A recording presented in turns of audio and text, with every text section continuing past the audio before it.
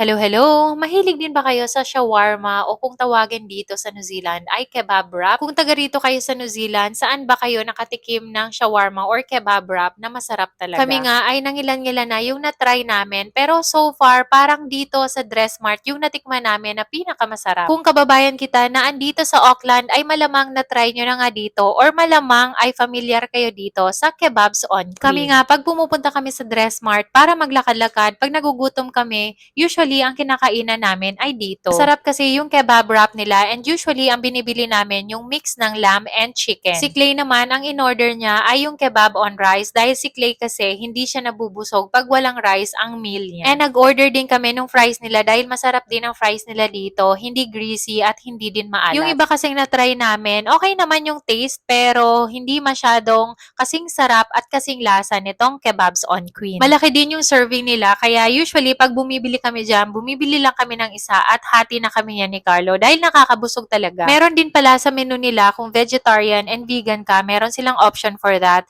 And kung naka low carb diet ka, meron silang kebab low carb. And kung ang prefer mo naman ay kebab and chips, meron silang meat on chips sa menu nila. So ayun lang naman, solve na solve kami sa lunch namin yan. Actually, hindi ko na naubos yung in-order ko kaya ipinasa ko kay Carlo para siya na yung mag-ubos. So my dear kababayan, kung hindi nyo pa nga natatry dito, ay itry nyo na nga po. And kung nakatry kayo sa iba na mas masarap, ay pakisuggest naman at comment down below. So ayun lang muna ang vlog natin for today. I hope nag-enjoy kayo. See you again next time. Bye! Thank you for watching!